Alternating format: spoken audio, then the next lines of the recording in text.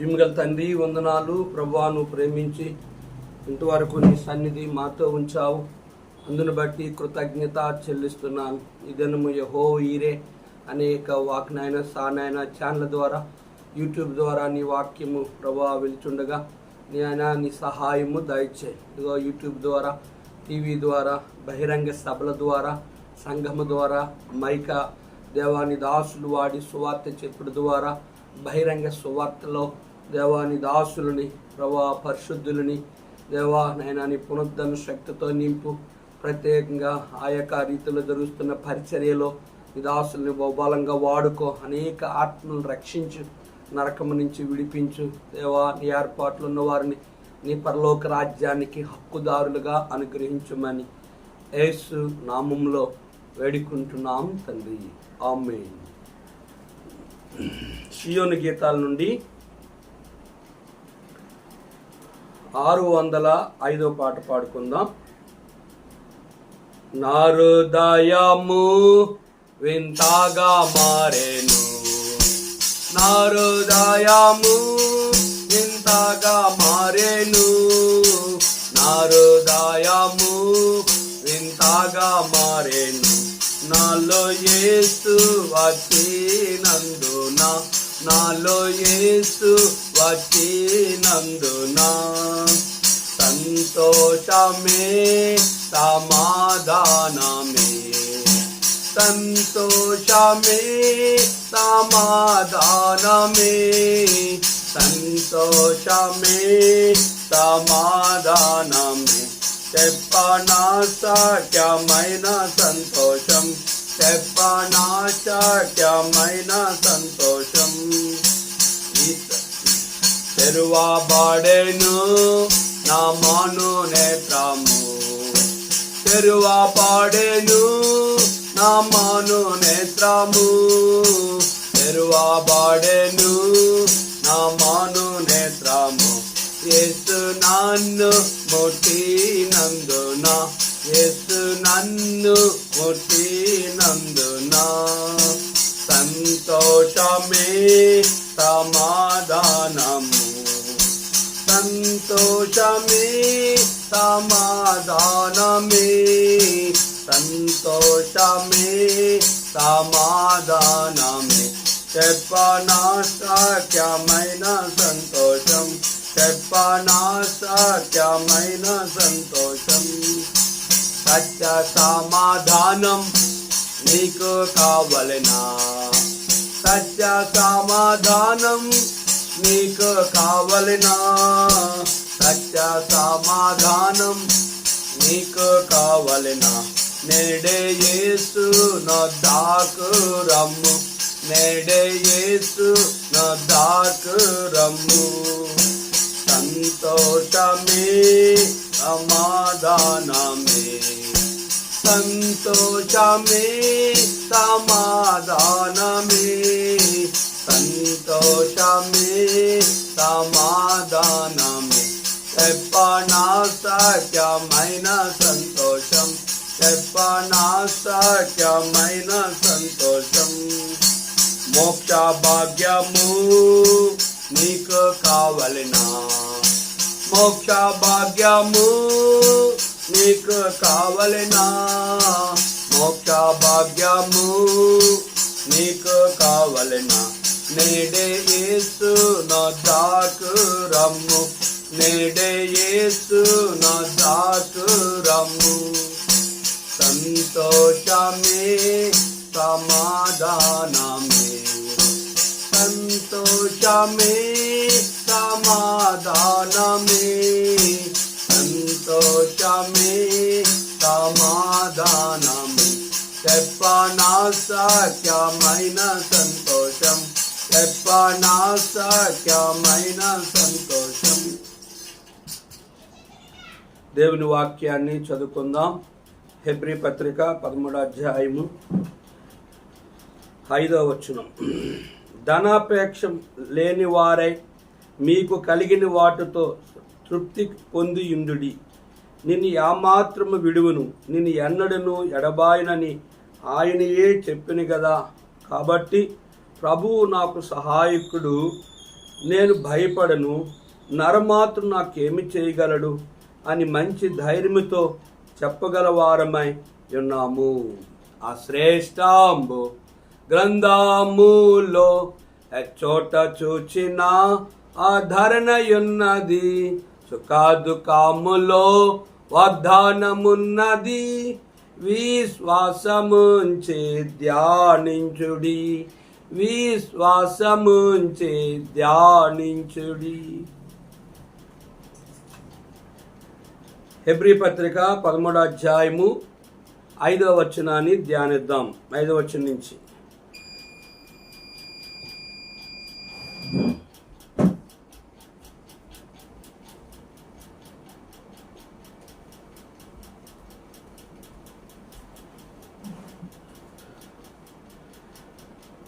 ధనాపేక్ష లేని వారై మీ కలిగిన వాటితో తృప్తి పొందియుండుడి. నిన్ను ఏమాత్రము విడువను, నిన్ను ఎన్నడు ఎడబాయనని ఆయనే చెప్పెను.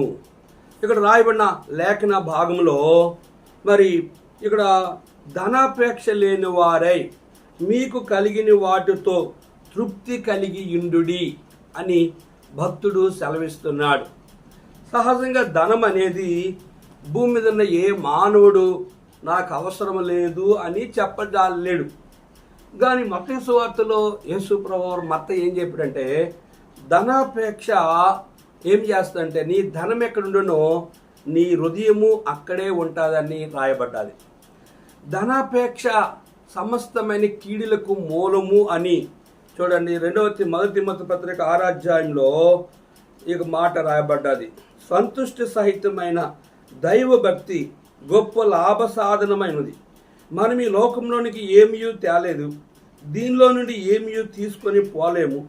కాగా అన్న వస్త్రములు గల వారమై ఉండి వాటితో తృప్తి పొందియుందుము. ధనవంతులగుటకు అపేక్షించువారు శోధనలోను ఉరిలోను అవివేక యుక్తములను హానికరమునైన అనేక దురాలోచనలను పడుదురు. అట్టి మనుషులను నష్టములను నాశనములోను ముంచివేయను. ఎందుకనగా ధనాపేక్ష సమస్తమైన కీడులకు మూలం. కొందరు దాన్ని ఆశించి విశ్వాసం నుండి తొలగిపోయి నానా బాధల చేత తమ్మును తామే పుడుచుకొనిరి.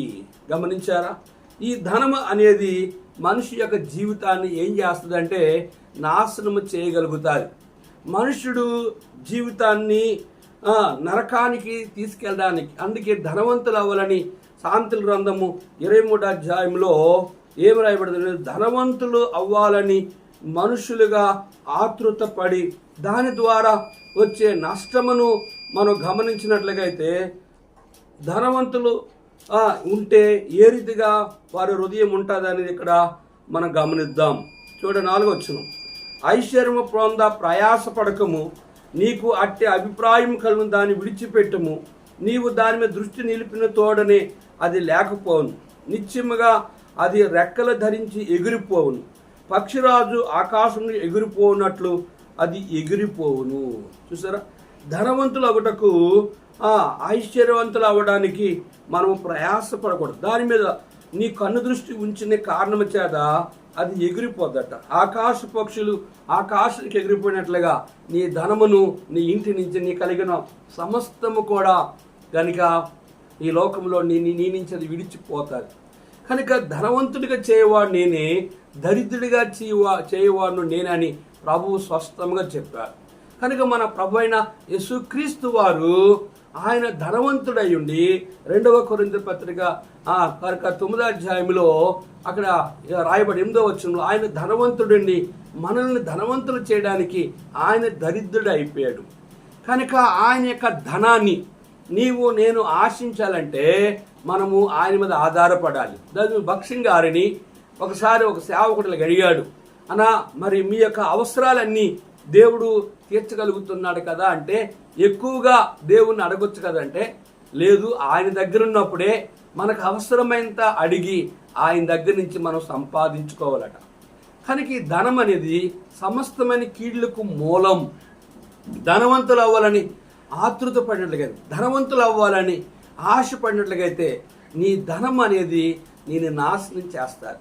కనుక ధనవంతులుగా చేయవాడు నేనే, దరిద్రుడిగా చేయవాడు నేనే. ఆ ధనవంతుడైన యేసుప్రభు వారితో నువ్వు సత్సంబంధం కలిగి ఉంటే నీ ప్రతి అవసరత ఫిలిప్పీ 4:19 ప్రకారంగా నీ అవసరతను బట్టి ఆయన తీరుస్తూ ఉంటాడు. అయితే భూమి మీద మనుషులు తమ దగ్గర కోట్ల రూపాయలు ఉండాలని, లక్షల రూపాయలు ఉండాలని, కనుక తనక ధనమును బట్టి తన సంతోషముగా ఆనందముగా ఉండాలని ఆశిస్తాడు.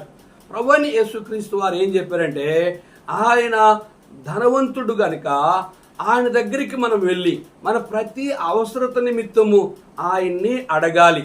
ఆయన అడిగినప్పుడు మన ప్రతి అవసరతను మన అవసరతను బట్టి ఆయన మనకు సహాయం చేయవాడై ఉంటాడు. కనుక రెండో విషయాన్ని మనం గమనించినట్లయితే, నేను ఏమాత్రము విడువను, నేను ఎన్నడూ ఎడబాయను. కనుక మనము ఆయన మీద ఆధారపడు ద్వారా ధనాపేక్ష లేని వారై మీ కలిగిన వాటితో తృప్తి పొంది యుందుడి. తృప్తి ఎప్పుడు ఉంటుందంటే ప్రభువుతో ఉంటేనే తృప్తి. ధనవంతులకి నిద్ర పట్టదని, ధనవంతులు హృదయము ధనం మీద ఉంటుందని, ధనవంతులు ప్రాణహాని కలిగి ఉంటారని, ధనవంతులు ఎప్పుడు కూడా వారు ఆతృత కలిగిన వారు ఉంటారని, ధనవంతులు వారి జీవితంలో పలుమారులు మనశ్శాంతి లేని వారుగా ఉంటారని లోకంలో మనము గమనిస్తున్నాం. ఈ లోకంలోకి ఏమీ తీసుకురాలేదు, ఏమీ తీసుకోలేని పోలేము, కనుక ఏమి తీసుకురాలేని దిగంబరిగా వచ్చాము, దిగంబరికి లోకాన్ని విడిచి వెళ్ళిపోతాం. కనుక ప్రభువు చెప్పిందంటే మన ప్రతి అవసరతను ఆయన మీద ఆధారపడి సంపాదించుకోవాలని దాని అర్థం. నేను ఏమాత్రం విడువను, నేను ఎన్నడూ ఎడబాయను. కనుక నిన్ను విడువను, నేను ఎన్నడూ ఎడబాయను. కనుక మనం ఎప్పుడు మనల్ని ఆయన విడువుడంటే మనము ఆయన మీద ఆధారపడు ద్వారా, మనము ఆయన వైపు చూసినప్పుడు, మనము ఆయనకు మొరపెట్టినప్పుడల్లా మన దేవుడని యెహోవా మనకు సమీపమున్నట్టుగా ఈ లోకంలో ఏ గొప్ప జన్మనకు ఏ దేవుడు సమీపము లేడు.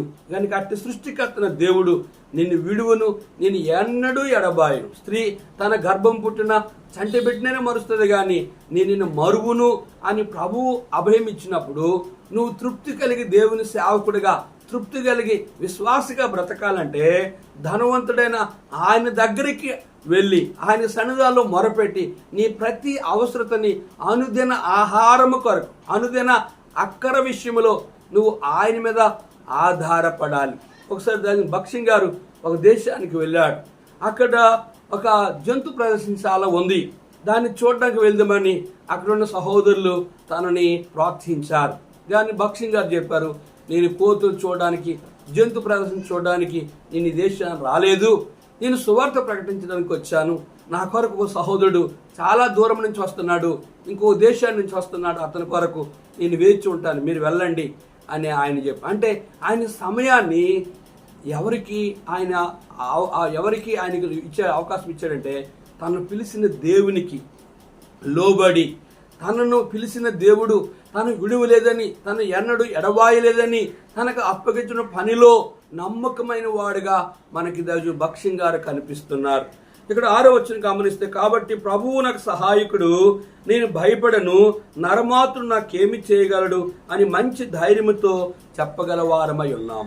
కానీ ఇక్కడ రాయబడిన లేఖన భాగం చూస్తే, ప్రభువు నాకు సహాయకుడు, నేను భయపడను, నరమాత్రుడు నాకేమి చేయగలడు అని మంచి ధైర్యంతో చెప్పగలిగే వారు ఎవరు భూమి మీద అంటే ఇట్టి స్థితి గల వారు ధన్యులు. యెహోవా తమకు దేవుడుగా గల జనులు ధన్యులు. అట్టి సృష్టికర్తన దేవుని ఎరిగిన వారే వారు ఎప్పుడు ప్రభువు సహాయకుడని ఆయన మీద ఆధారపడతారు. ప్రభువు నాకున్నాడు, నేను భయపడిన అవసరం లేదని చెప్పగలరు.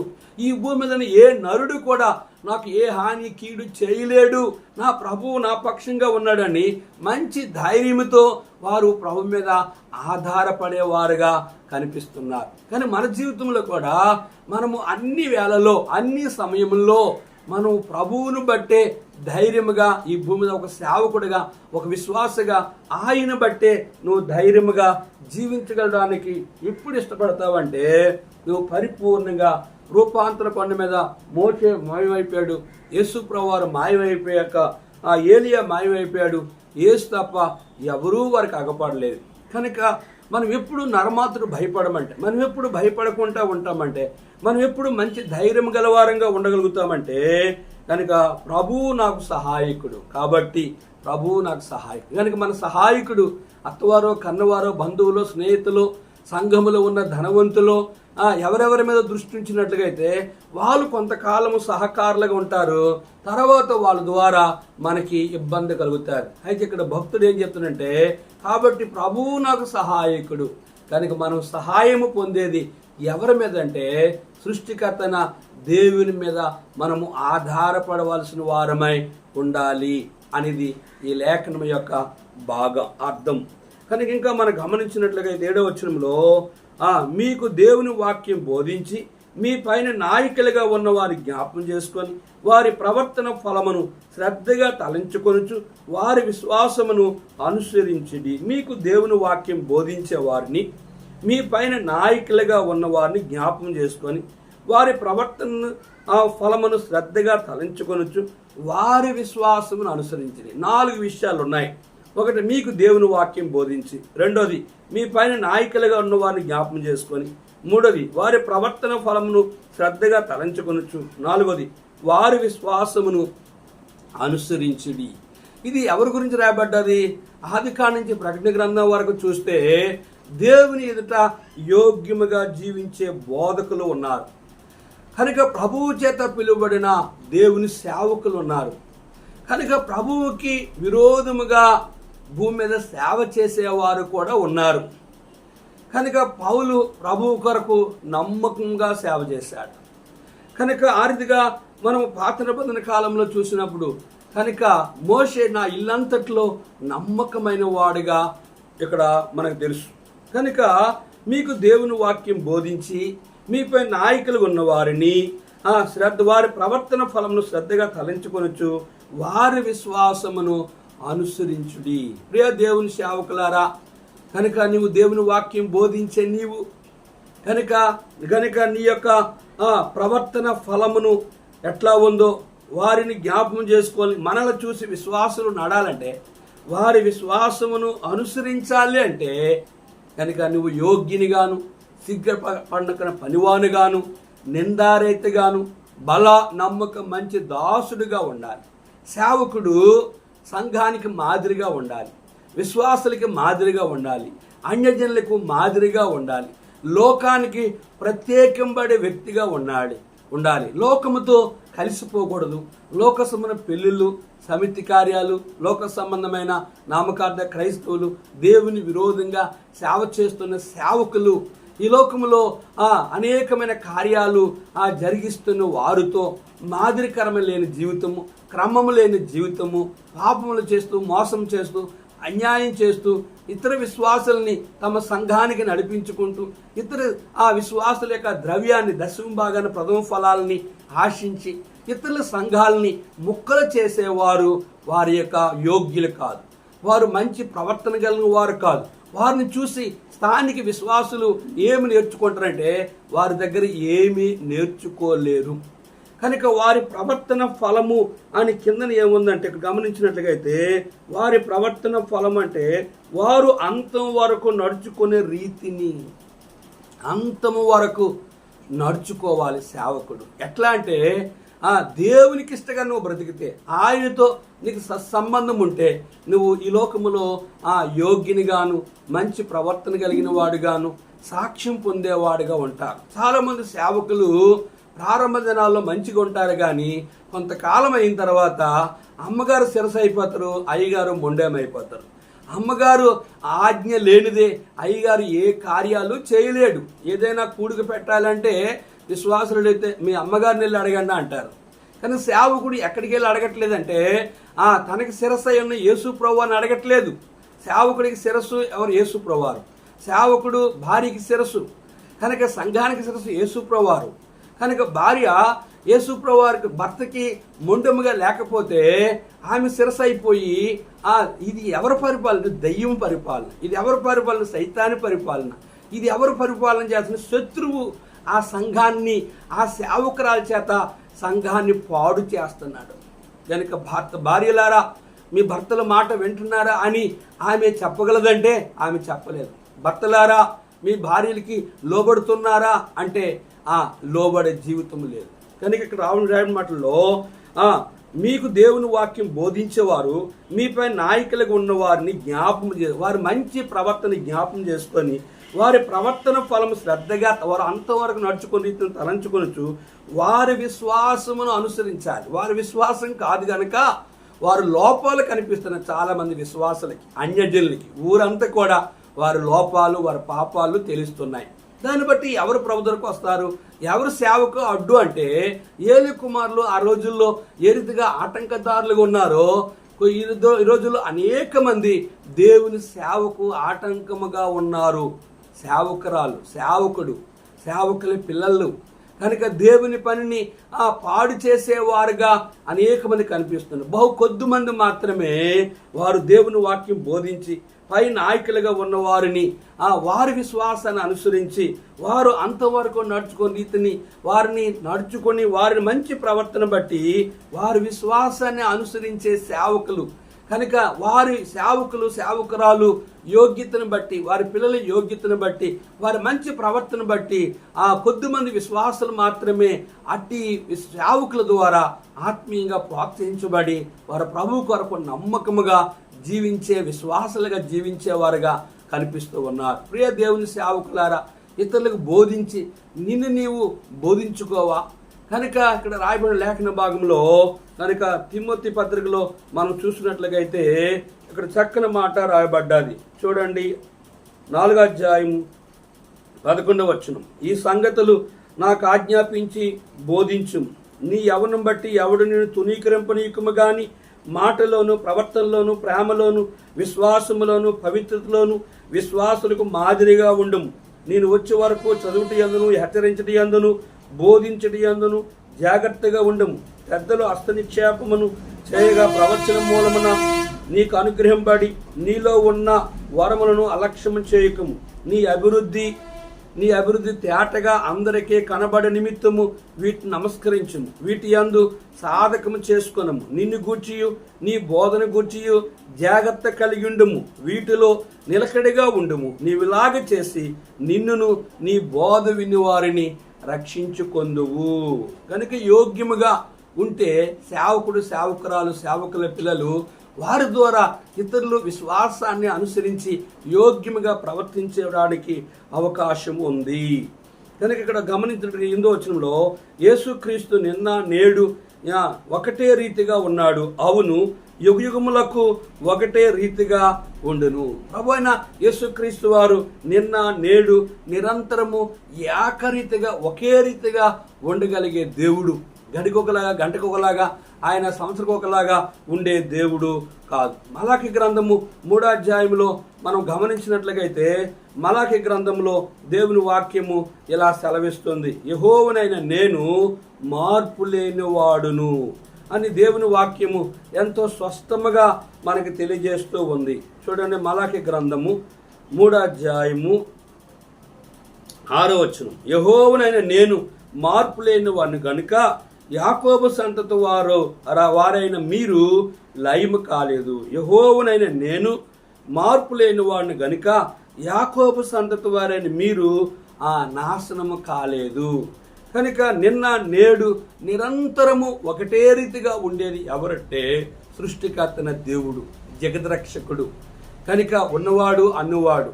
కనుక యెహోవా అంటే ఉన్నవాడు, యేసు అంటే కనుక తన ప్రజలను వారి పాపం నుండి ఆయనే రక్షించును.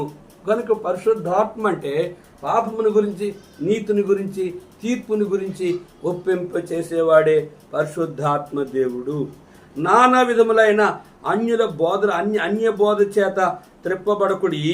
భోజన పదార్థం బట్టి కాక కృపను బట్టి హృదయమును స్థిరపరచుకునటం మంచిది. భోజనములను బట్టి ప్రవర్తించే వారికి ఏమీ ప్రయోజనము కలగలేదు. ఇక్కడ గమనించినట్లుగైతే కనుక మనం ఒక విషయాన్ని ఇక్కడ చూసినట్లుగైతే ఒక చక్కని మాట, నానా విధములైన అన్య బోధల చేత త్రిప్పబడకుడి.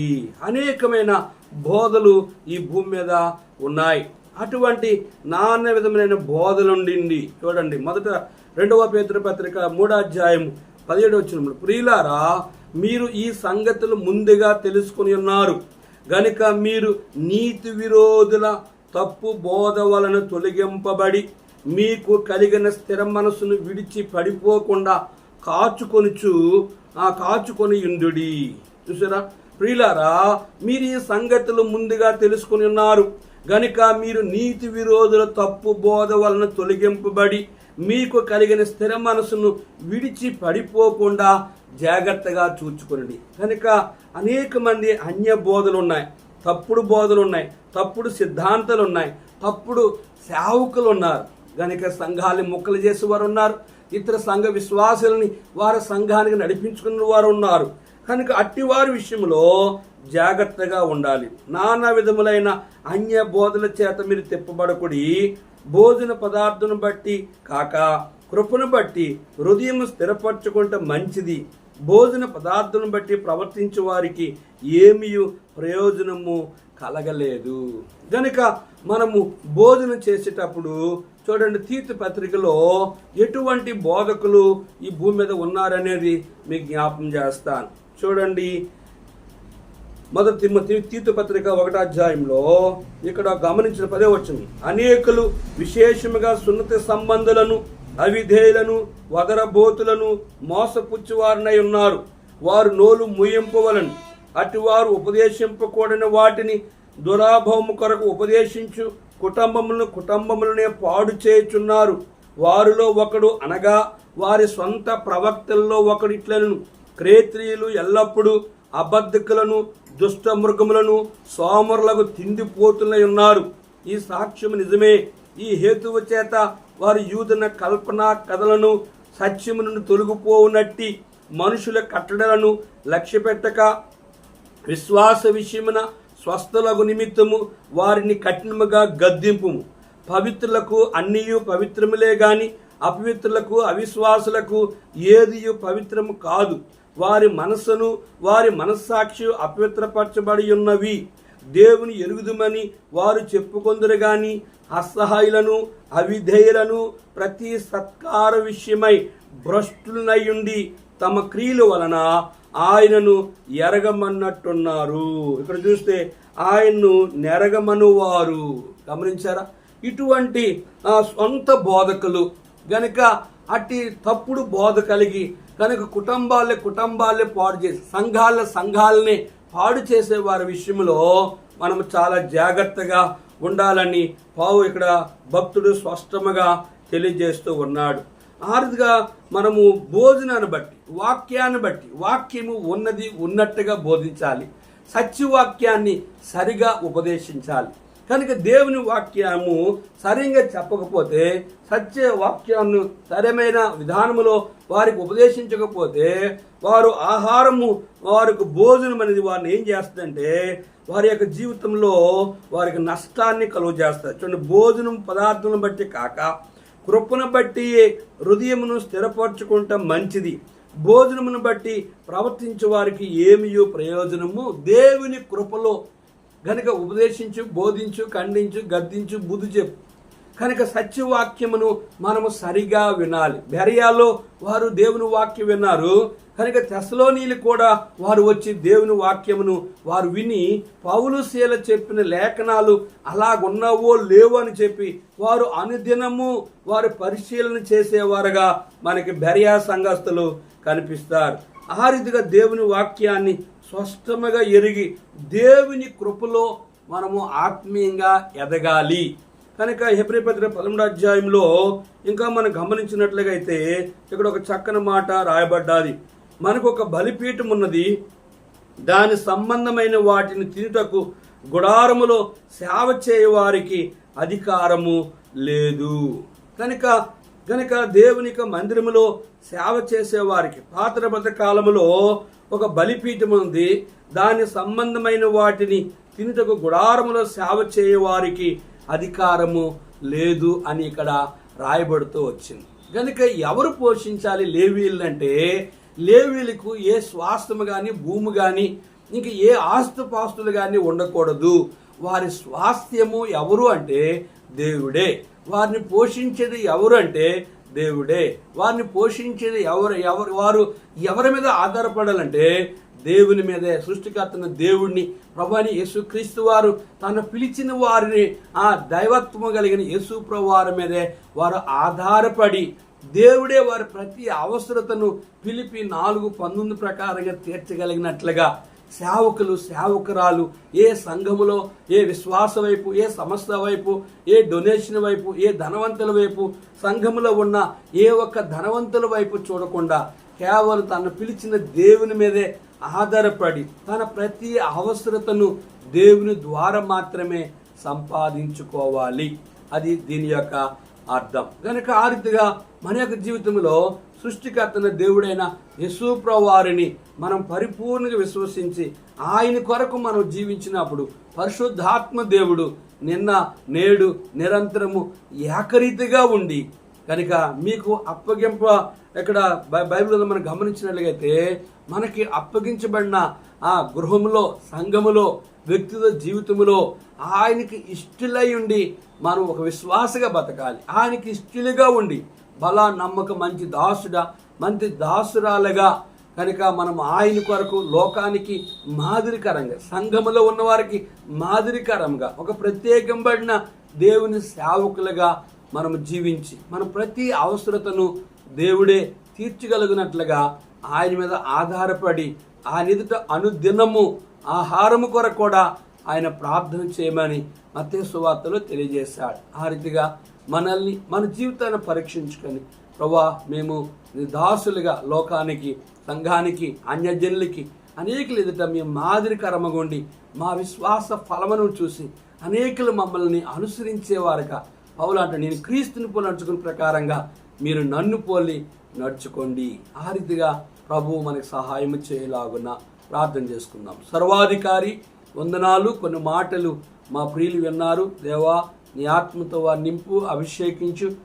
బలంగా నాయన వారు నీ కొరకే సిద్ధపరిచి నరకం నుంచి విడిపించి నీ రాజ్యం కొరకే సిద్ధపరచు. నీ దాసులుగా పరిశుద్ధులుగా అయా భూమి మీద ప్రత్యేకంబడి అయా నీ కొరకు మేము జీవించి నీ నామానికి మహిమ తెచ్చేవారుగా బ్రతకాలని నువ్వు మాట్లాడిన ప్రతి లేఖన భాగాన్ని బట్టి నిన్ను ఘనపరుస్తూ యేసు నామంలో అడిగి వేడుకుంటున్నాం తండ్రి. ఆమేన్. మన పరమ తండ్రి దేవుని ప్రేమయు, కుమారుని యేసుక్రీస్తు వారి కృపయు, పరిశుద్ధాత్మ యొక్క అన్యోన్య సహవాసం తాను ప్రేమించు వారికి కూడిన మనందరికను తోడుండి సంపూర్ణ సహాయము చేయునుగాక. ఆమేన్. నా హృదయము వింతగా మారేను, నా హృదయము వింతగా మారేను, నా హృదయము వింతగా మారేను.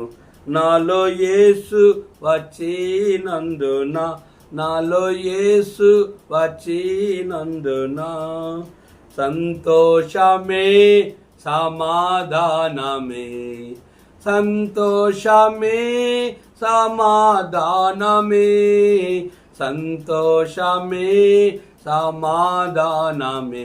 చెప్పనా సఖ్యమైన సంతోషం, చెప్పనా సఖ్యమైన సంతోషం. రైతుల